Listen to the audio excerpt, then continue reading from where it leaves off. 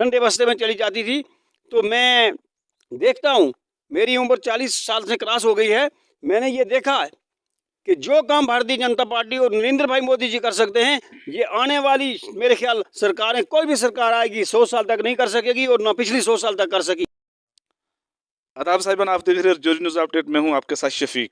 आज मैं पहुंच चुका हूं कंडी गालाकोट रंका के बीच में। मेरे साथ जुड़ चुके हैं एक पहाड़ी लीडर यूनुस नाज साहब। तो यूनुस नाज साहब से पूछते हैं कि मैं इनको हर जगह देखता हूँ, कहीं भी कोई मीटिंग होती है, कोई जलसा होता है, कोई पार्टी वगैरह होती है, तो ये हर जगह पहाड़ियों के लिए पहुंचे होते हैं, हर जगह पहाड़ियों के लिए लड़ते हैं।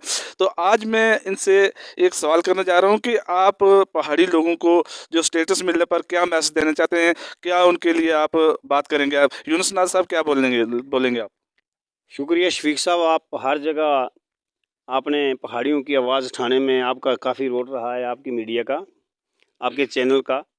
आपके चैनल के माध्यम से मैं गवर्नमेंट ऑफ इंडिया का, नरेंद्र मोदी जी का, अमित शाह जी का और स्टेट के प्रेसिडेंट यूटी के रविंद्र रैना जी का नहायत ही मशकूर हूँ। उसने उन्होंने गरीब और दबी कुचली अवाम, जो कि पहाड़ी 70 सालों से दबे हुए थे, पहाड़ियों को अपना हक नहीं मिल रहा था, अपने हक हुक की लड़ाई लड़ रहे थे, कोई इनकी आवाज़ नहीं सुन रहा था। कांग्रेस हो, चाहे नेशनल कॉन्फ्रेंस हो, चाहे पीडीपी हो, सब ने पहाड़ियों को वोट बैंक के तौर पर इस्तेमाल किया और पहाड़ियों से वोट लिया और पहाड़ियों को यूज एंड थ्रो समझा। लेकिन भारतीय जनता पार्टी ने पहाड़ियों के हकूक़ के ऊपर जो डाका डाला हुआ था लोगों ने, उनमें पहाड़ियों के हक दिए, पहाड़ियों को एसटी स्टेटस का दर्जा देकर पहाड़ी कौम को ख़रीद लिया है। मेरी कौम से ये गुजारिश रहेगी, क्योंकि जो काम भारतीय जनता पार्टी ने किया है, ये कौम हमेशा हमेशा उनका कर्जदार रहेगी, मेरी कौम, पहाड़ी कौम। और हम लोग जो हैं पहाड़ी, अपनी कौम से ये मैं गुजारिश करता हूँ कि ये आने वाले जो पार्लियामेंट इलेक्शन है, इसमें भी बढ़ चढ़ कर हिस्सा लेंगे और 100% वोट पोल करके भारतीय जनता पार्टी की झोली में डालेंगे। और असेंबली इलेक्शन में भी हम लोग जो हैं ये भारतीय जनता पार्टी को वोट देंगे। और एक चीज़ और शुक्रिया अदा करने जा रहे हैं हम, 10 तारीख को हमारा एक प्रोग्राम है कंडी से बुद्धल तक, वेलकम और शुक्रिया प्रोग्राम है हमारा। उसमें मैं नौजवानों से गुजारिश करूंगा, चाहे वो खाजमोला का है, चाहे वो दलोड़ी का है, चाहे वो पीड़ी परोड़ी का है, चाहे वो किसी भी पंचायत कोटरंका की सराउंडिंग पंचायतों से ताल्लुक रखता है, कंडी हेलीपैड में हमने इकट्ठा होना है और वहाँ से कोटरंका की तरफ जाना है और वहाँ से बुद्धल जाना है। हमने 2 जगह प्रोग्राम है, तो मैं गुजारिश करूँगा कि वो उस प्रोग्राम में शिरकत करें और वेलकम प्रोग्राम और शुक्रिया अदा करने के लिए हमारे साथ शमूलियत करें। तो प्रोग्राम किस बारे में है सर? प्रोग्राम जो हमें गवर्नमेंट ने स्टेटस दिया है एक, और हम उसका शुक्रिया अदा करना चाहते हैं अपने लेवल के तौर पर। हमारे कुछ दिग्गज नेता यहाँ पर तशरीफ ला रहे हैं, उनका वेलकम करेंगे और पार्टी का शुक्रिया अदा करेंगे। तो स्टेटस मिल चुका है, तो अभी इसको पार्टियां करने का क्या फ़ायदा है? स्टेटस जो मिला है उसके बाद हमने शुक्रिया अदा करना हमारा फ़र्ज़ बनता है।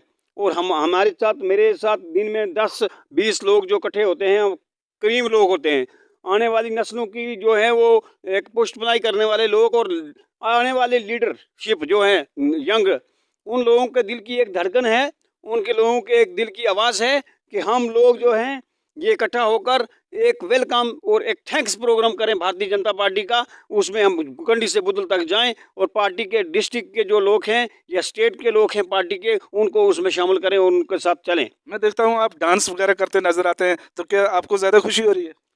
देखिए, डांस हमारा ये था कि हमें गवर्नमेंट ने 70 सालों से लूटा है। कौन सी गवर्नमेंट थी वो? क्या वो नेशनल कॉन्फ्रेंस की थी, चाहे वो कांग्रेस की थी, चाहे वो पीडीपी की थी, चाहे वो दूसरी सरकारें जम्मू कश्मीर के अंदर ही रहीं या हिंदुस्तान के अंदर, पहाड़ियों के साथ इस साल किया गया, पहाड़ी कौम को कुचला गया, पहाड़ी कौम का वोट बैंक का इस्तेमाल किया गया। जब इलेक्शन आता था तो पहाड़ियों को कहा जाता था कि आप वोट दो, आपका मसला हल कर दिया जाएगा। जब इलेक्शन ख़त्म हो गया तो पहाड़ियों की जो फाइल थी वो ठंडे बस्ते में चली जाती थी।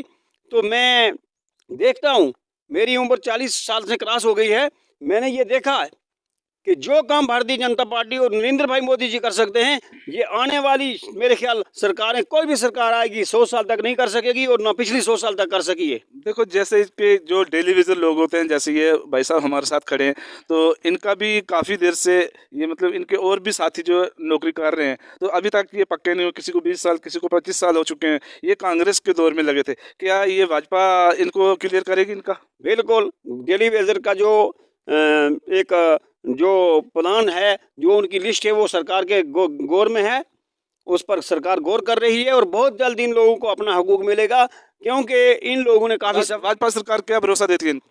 भाजपा सरकार, मैं एक चीज़ आपको बताऊं शफीक साहब, जो काम भाजपा सरकार करती है, जो गरीबों के लिए और दबे कुचले वर्गों के लिए भारतीय जनता पार्टी ने काम किया है, नरेंद्र भाई मोदी जी ने काम किया है, वो कोई भी सरकार आने वाली ना करेगी, ना पिछली कोई कर पाई है।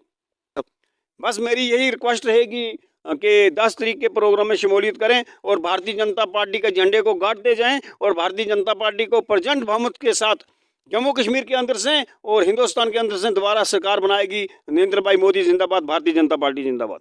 तो ये थे यूनुस नाज साहब जो कंडी से मेरे साथ जुड़ चुके थे। तो आप कुछ बोलेंगे? बोलेंगे सर।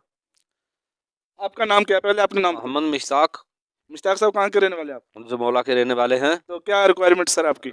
रिक्वेस्ट ये है कि हम